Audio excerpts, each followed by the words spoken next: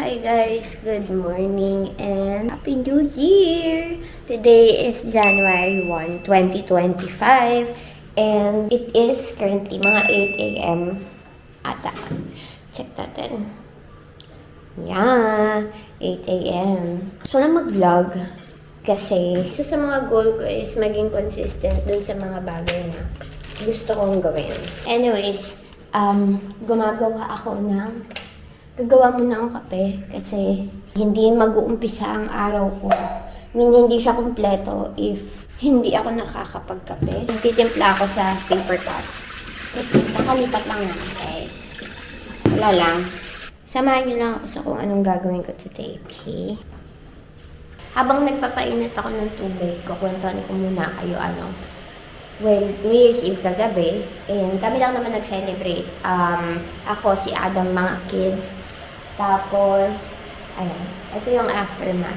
So, kung makikita nyo, guys, ang lamesa ay ganyan.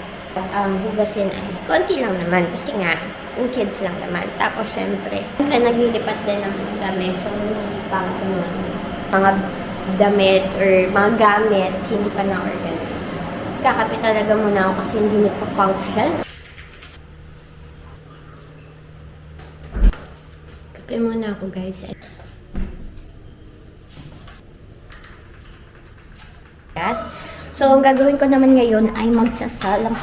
Bakit nagpa-party-party? Kakainis. Kaya naman. Lalabang muna ako. Guys, kakalipat lang namin. So, yung bedsheet na hindi nalabhan last time. Kasi nga, pumili lang din kami ng washing machine. And sana din. Alam nyo, kung hindi ko nabili, liquid detergent. Eh, di ba dapat? Parang liquid detergent. Ito ko.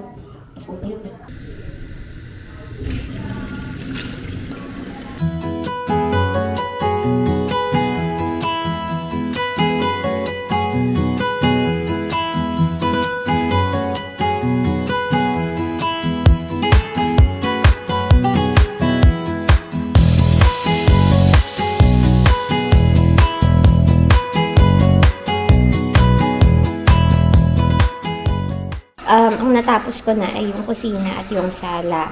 Pero yung sa sala na walisan ko na sa kusina, hindi pa. Tapos, nag-dryer na rin yung nilabhan ko kanina. Kaya, ayun, ano bang next? Wawalisan ko and then imamap itong first floor. Tapos, doon naman na sa second floor, yung office at saka yung room namin.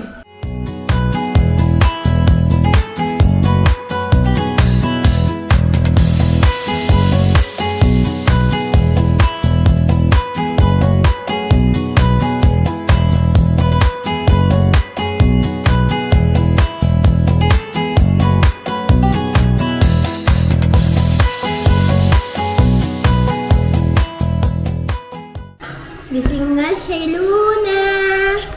Gising na si Luna!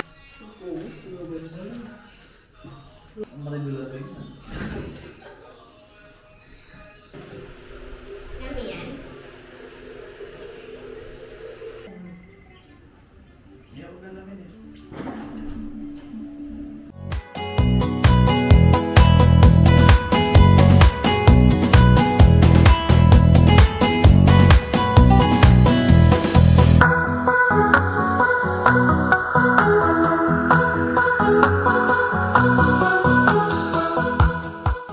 Morning, guys. It's the next day. January 2, 2025. Kahapon, natapos yung vlog. So, walang susuko. Magkakaroon ng outro tong video na to. Kahapon, matan kami ng birthday ni Mains. Tapos, may ginawa akong order dun sa studio. And then, pumunta kami ng Ayala para bumili ng mga ibang gamit na wala pa kami, katulad tong sa sampayan, kasi mataas yung sampayan dito. So, kailangan ng stick na mahaba, tsaka ng tabo and batya, ano ba? Pail. Yun. Tapos, Ano kasi, ang sama ng pakiramdam ko kahapon. Alam niyo yung feeling ng tatrangkasuhin. Kaya, mas lalo ko siyang naramdaman nung after namin mamili. Kasi di ba naglakad-lakad. Tapos, after namin namili yun, umupo ako ulit. Doon, parang, pag na-relax yung katawan mo, yung hindi ka na naglalakad, hindi ka na kumikilos, ay, sus talaga naman. Doon ko naramdaman. Kaya ininuman ko na ng BioFlu. Kasi medyo mainit na rin ako. And ngayon, ay after nun, parang nawala yung sakit ng joints. Tapos hanggang ngayon naman okay yung feeling ko. Hindi naman yung parang may lagnat or what. Yun. Lilinis kasi dumalaw din pala dito. Pinsan ko, bumisita sila dito. So, may kalat. Maayos naman yung sala, hindi katulad yung kahapon. Ito lang. Kasi nga, sama na yung pakiramdam kahapon. So, after pagkaalis nila, umakyat na rin kami. And natulog. So, wala rin namang hugasan. Lilikpitin ko lang to. Lalagay natin dito. Tapos, ito lang, hugasan. Pero bago ang lahat, syempre, magkakape muna. Because, hindi na kailangan i-explain. So, hindi ko na i-vlog kasi nga, kahapon, naglinis na rin naman ako. So, yun na lang ang content, cleaning video. Ayun, naglinis ako. And, palinis na. Wala nang hugasin. Nakapag-vacuum na rin ako ng sahig. And, ang gagawin ko naman next ay dun ako sa office. Yun yung liligpitin ko kasi may mga bago akong gamit na dinala sa taas. And kahapon nga, sobrang sumama yung pakiramdam ko. Kaya, hindi ko na rin nasikaso. So, itong fan, dadali ko sa taas. And then, organize ko yung ibang gamit. Although, siguro mga 80% nasa office pa rin. Nandun sa studio na nirent ko. So, ewan ko lang kay Adam kung pupunta kami dun mamaya para kunin yung mga printers and all.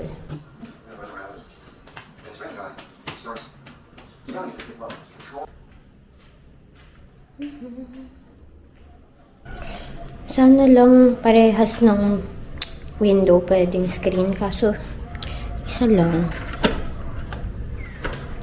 Sarap sana ng hangin lang, di ba? Ito naman, gandito lang din. Ito covered na. Pero, at least may screen. So, ayan pa siya. Right now, ang daming mga something. Tapos ang aking paboritong electric fan. So, ayusin ko lang to and then, magliligpit na.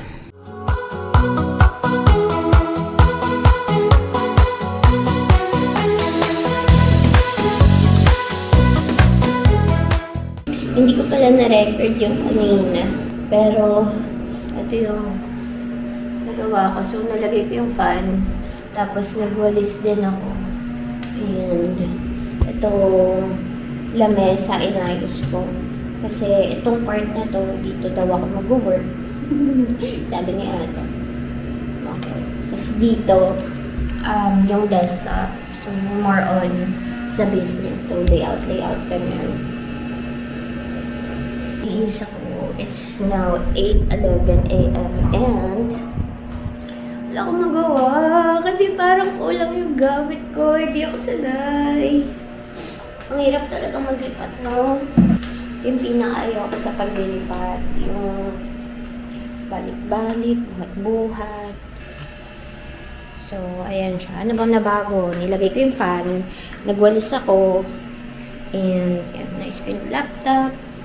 Yung table na yan, parang dito pa rin to. Kalat to rin. Kasi ito, ano ba itong mga to? Mga papers. Yung mga papers, lalagay ko siya dito sa cabinet. Kaso, itong printer na to, hindi naman siya dapat dito. Tapos, alam niyo yan, parang sayang yung space kasi dito. So, kailangan ko ng mga divider. Para halimbawa yung papers, ba, hindi naman dapat yan. Or baka kasya yung drawer dito. So, I'll try.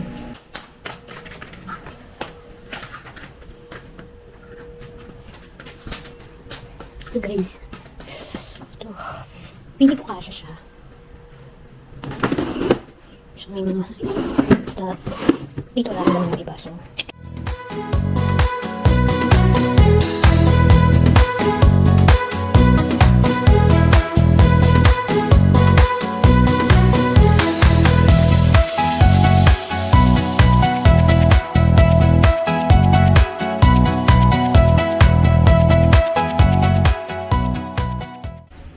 tada! So, na-solve ko na yung isang concern. Yung sayang kasi yung space na yan. Hiningal ako. Ang isa-store natin dyan ay craft supplies and things for the office and for the business. Dapat may divider para ma-maximize yung space. Dati actually gusto ko yung nakikita, yung mga machines, yung mga stocks, ganyan. Ngayon, hindi na. Gusto ko yung hindi makikita para hindi maalat tingnan. Akala ko dati cute yun kasi syempre sa mga Instagram, nakikita mo, wow, kita yung daming machines, ganyan. Ngayon, hindi. Eyesore. Tuloy-tuloy lang. And since meron ng drawers na pwede kong paglagyan, ayusin ko naman yung mga nanditong mga papers. So, pag-isipan ko naman ngayon kung ano yung mga gamit na dapat ilagay doon. Wow.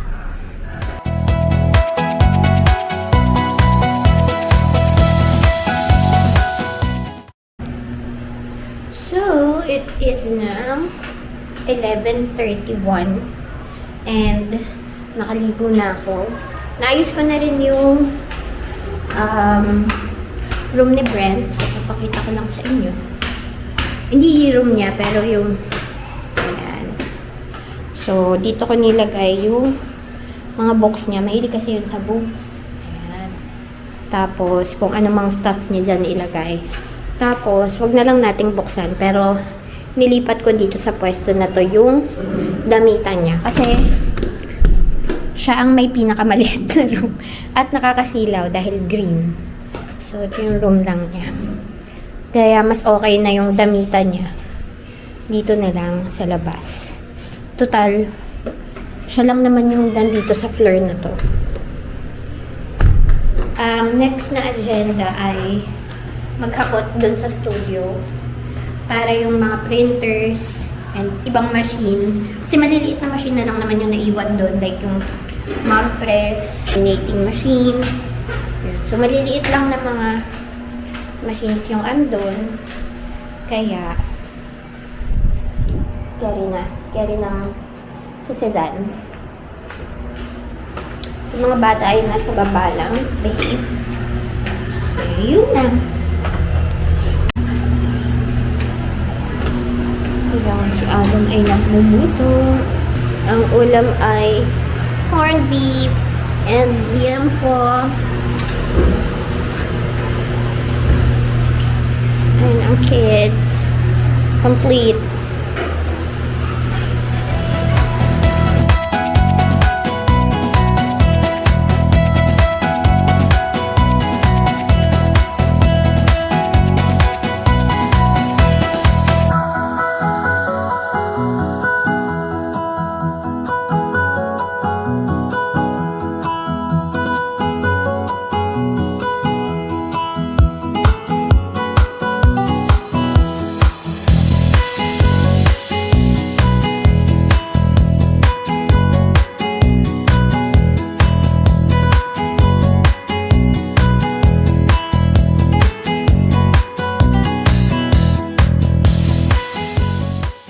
Hi guys, so it's January 3 and anong oras ba?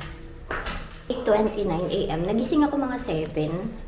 Tapos hindi na rin ito na naman tayo kasi hindi ako napag-vlog. Pero actually ang hindi ko lang naman na i-video kahapon is nagpa-massage kami. So nakita nyo naman na nagligpit ako sa labas, naghakot kami ng gamit, mostly gamit sa office kasi nga para ma-start na yung mga pending orders. So, kinuha na namin most of the machines, tapos dinala na dito.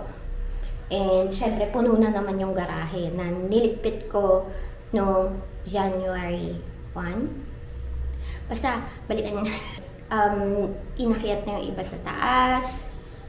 Sumakit yung katawan ko kasi talagang parang, alam niyo yung feeling na tatrangkasuhin. Inunuman ko na lang talaga ng BioFlu nung day 1, nilaban. Lumaban tayo sa trangkaso para hindi tayo mapabilang sa mga may sakit. Tapos yun, sumama na yung pakiramdam ko. Tapos nakapag-book kami finally kagabi ng massage. Lahat ng massage na, I mean, meron kasi kami dito sa Marikina na talagang yun yung binabook namin, which is Lenaya. Pag-book na kami ng massage, and then after nun, natulog na. And supposedly may pasok na talaga si Bren. Second day niya ngayon. January 2 kasi yung balik nila. Hindi rin kami nagising kasi 7 AM na nagising. Pero talagang sinasabi ko sa kanya, Monday na lang siya pumasok. ADHD brain ko, no? Ang daming napupuntahan ng kukwento ko. Pero anyways, yun yung nangyari kahapon. And pagkagising ko, syempre, yung lamesa na hindi na iligpit na kagabi kasi sobrang pagod na, sobrang sakit na ng katawan. And gusto nang matulog. Kaya, niligpit na rin kanina. And magugasan ako ng plato ngayon, lilinisin ko lang dito sa baba, liligpitin ko lang. And then, akyat na ako. Kasi, today, ang focus ay ang office. May mga task na rin ako sa work. Kasi I work as an executive assistant. So, may mga task na. Back to work na tayo. Kailangan ng pera. Tapos may mga order. So, ang goal natin talaga today ay office. So, mamaya na lang ulit. Kasi magugas muna ako ng plato. Konti lang naman. So guys, ayan na. Malinis na ulit ang lahat. So, akyat na tayo sa office kasi yun talaga ang target na linisin. Charan! O diba guys, puno na. Ayan. So, oras na para ligpitin again. Ayan na yung mga machine guys. They're home. Liligpitin ko na yung mga gamit. Ilalagay ko sila sa kung saan dapat. Tapos yung mga printer kasi nilagay na rin. Kaya yung mga cables niyan and yung mga programs na kailangan or softwares na dapat i-install sa desktop, ilalagay ko na.